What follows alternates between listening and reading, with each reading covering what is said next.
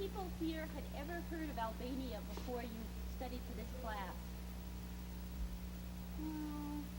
Well, about 20. Okay, that's not too bad, because a lot of people don't know where Albania is. The program is an attempt to bring traditional artists from the Staten Island community into the classrooms, both to accentuate the ethnic diversity and richness of the island's cultural heritage, and also to prove that arts exist within this community, because there's been a tendency for Staten Island, as well as other out-of-borough children, to be bused into Manhattan on a once-a-year cultural field trip. And we hope that by pointing out that arts exists around us in our daily lives, it would make both the students and the teachers more aware of how rich their own communities are.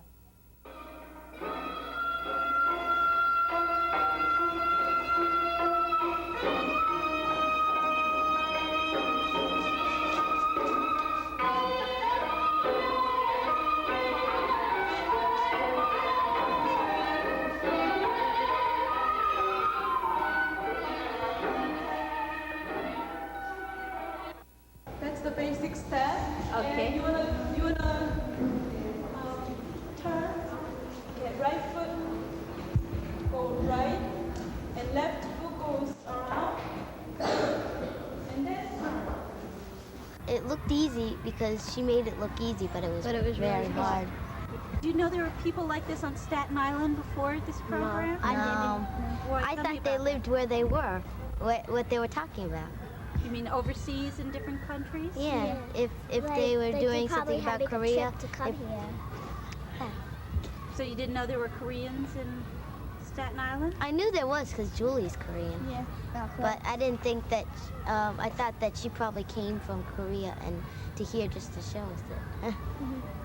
Before I come into the classroom, I like both the teachers and the students to prepare. And to do this, a few days before I come in with the artist, I will give a sheet of information to the teachers. I have an agreement with the students that they will know where the country is we're talking about or what the occupation is. If we're working with someone from another nationality, they not only have to know the country, where it is, what surrounds it, the capital, etc., but they also have to know how to say at least good morning, thank you, and goodbye in whatever language we're working with as the base language.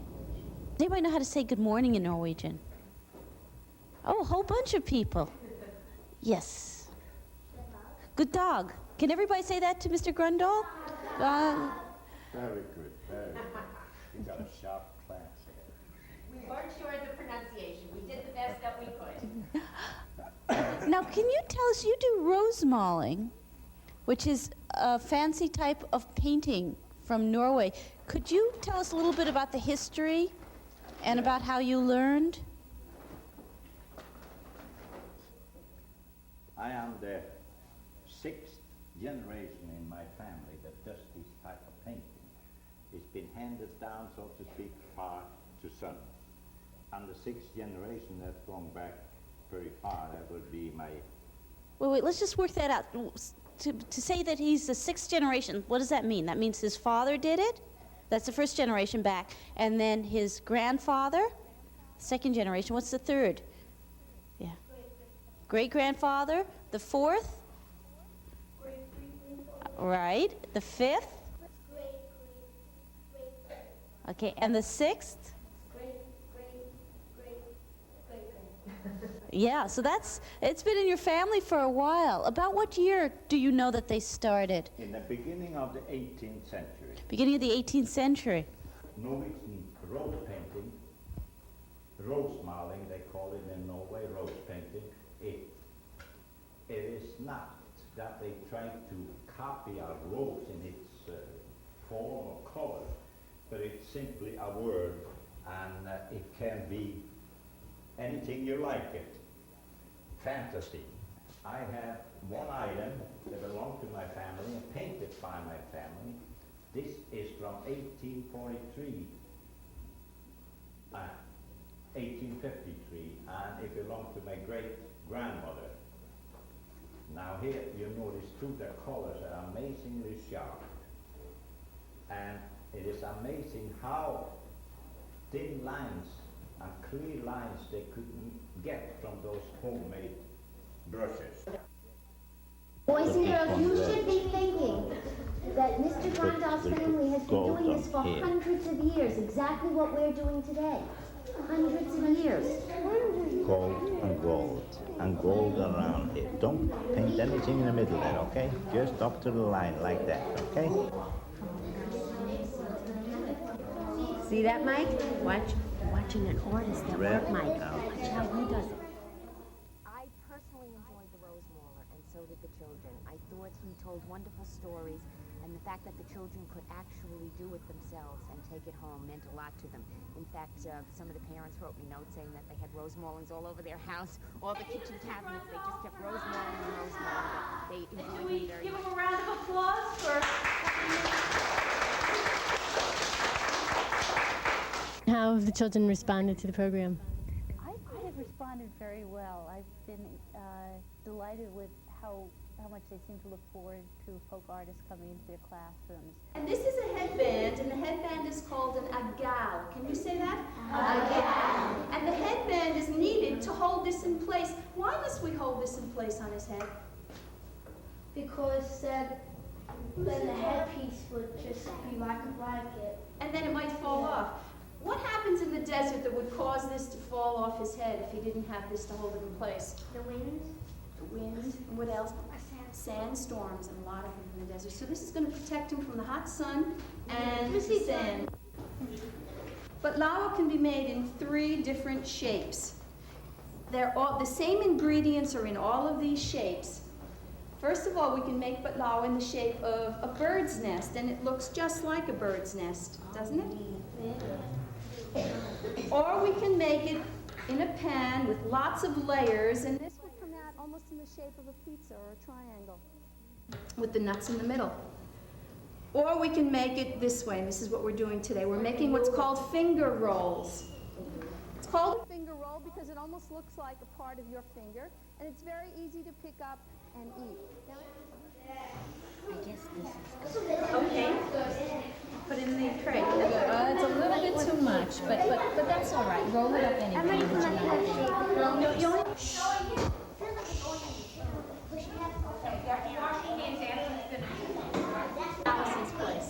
As the program goes on during the year, they seem to increasingly volunteer information on their own ethnicity and their own family customs and traditions, which leads me to believe that they're going back and talking about what they see in the program and gaining input from their own families.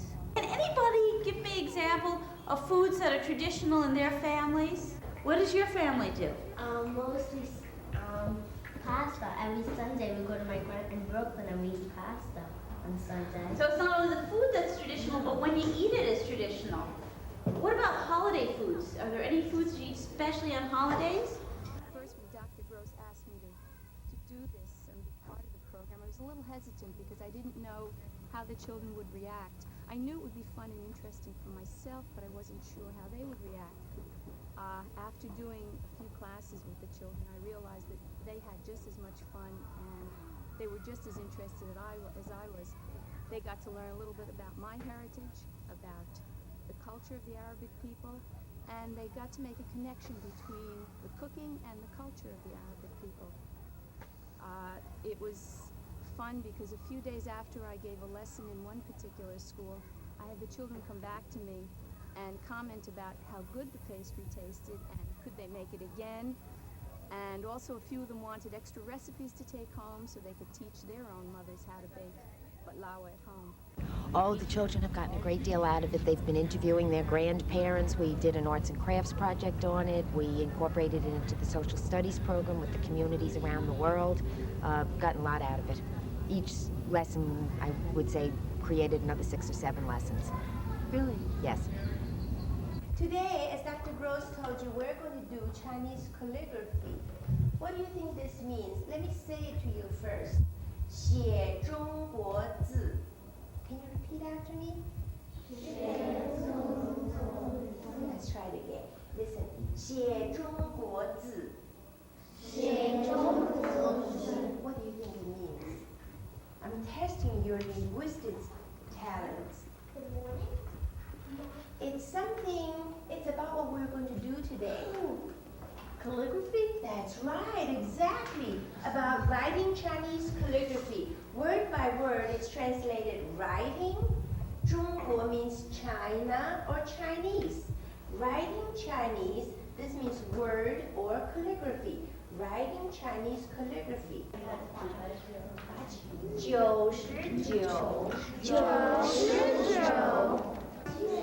99. She's not tracing the outline. And plus you're going, I don't see this in the I'd like them to do jumping off point to teaching other skills as well as just awareness of traditional arts. How many children here don't like arithmetic and math? They don't like to do it. Do you know if it wasn't for math, we couldn't raise pigeons?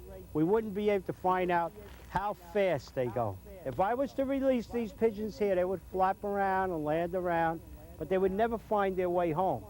But if you notice the different shapes, the different eyes, these pigeons are gifted. Now if you all sit down and don't jump up, I'm gonna give you a special treat. I'm gonna show you a little baby pigeon. How many children ever seen a baby pigeon? Real small baby pigeon. You've seen him. Okay, and he's banded already. So now if you just stay seated, I'm going to show you a baby pigeon right here. He may look kind of ugly, but he'll grow up to be just like them. Just stay seated and I'll show you the baby pigeon.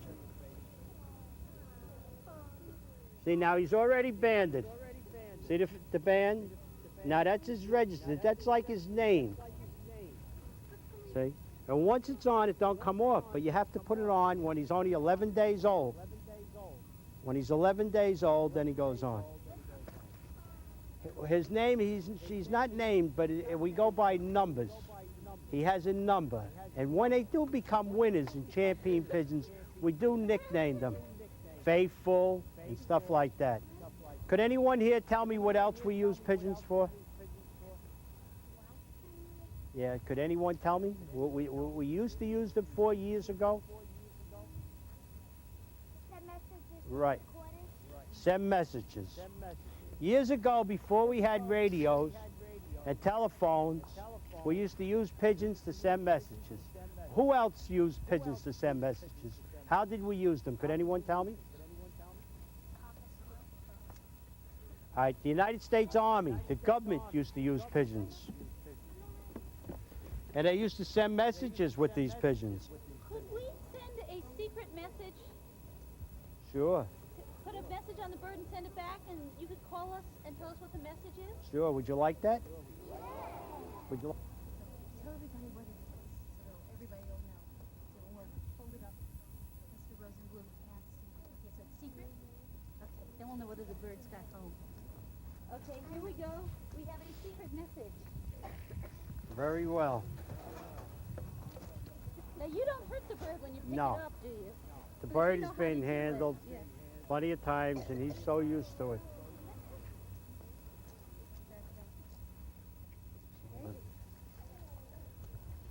Is that too big? It's only a short hop anyhow. Okay, wait, everybody stay down. Okay, show it to the camera.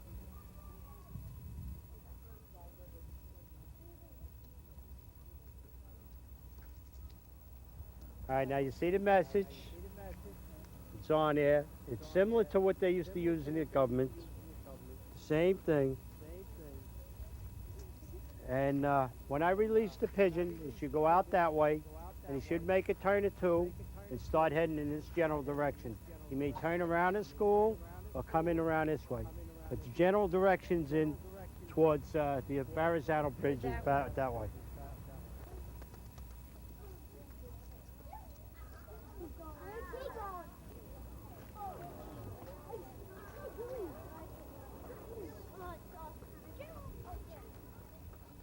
I think it's wonderful for the local folk artists, most of whom, as That is traditional it. folk artists, never either thought the schools would be interested in having them in, or particularly in many cases thought of Yes, themselves they did. as They used to sing in a style that we call shannos nowadays. Can any of you say shannos? Shannos. And shannos mean old style or old fashioned. It's the old style of singing. Now there was no music written. The people used to just compose the songs in their heads and make up the words like a poem and then put music to it themselves, and they used to try and remember that then. A lot of the times in these old songs you find a lot of words that rhyme because it was easier to remember if it rhymed, and the music stays pretty much the same. But would you like to hear a song? It's a song in Gaelic, and it's in this old style that I was talking about. It's about a woman who laments her son because he was drowned on his wedding day. And she makes a song for his wife, who was never really his wife because they'd just been married and he went out in a boat and he was drowned, So they didn't have a chance to go on a honeymoon. So it's a sad song. It's a sad song. It's a sad love story. And how old is it? Oh, it's hundreds and hundreds of years old.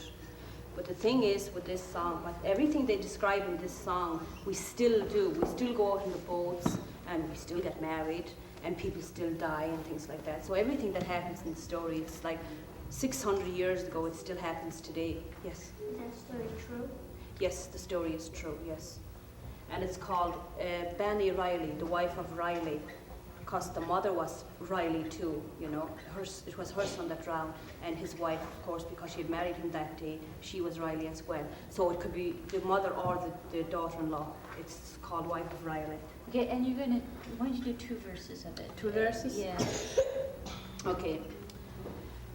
Is kivrig lipsjen vasjud, gran tracha lango arki, in dir sager tages brade, is I de torer muanish, vi fiddle klaran, agus klarsjuch gas braga, svi trurgen rabanan, la hai rasa chwerne laban. Is mo wain trach, is mo waidan, is fagu me go. Angus is come wahe, gurbahu me vil sto. Ach ga menches model lashin, is mo lage versko. Daar makuit van die Riley, kurmalai son tagron.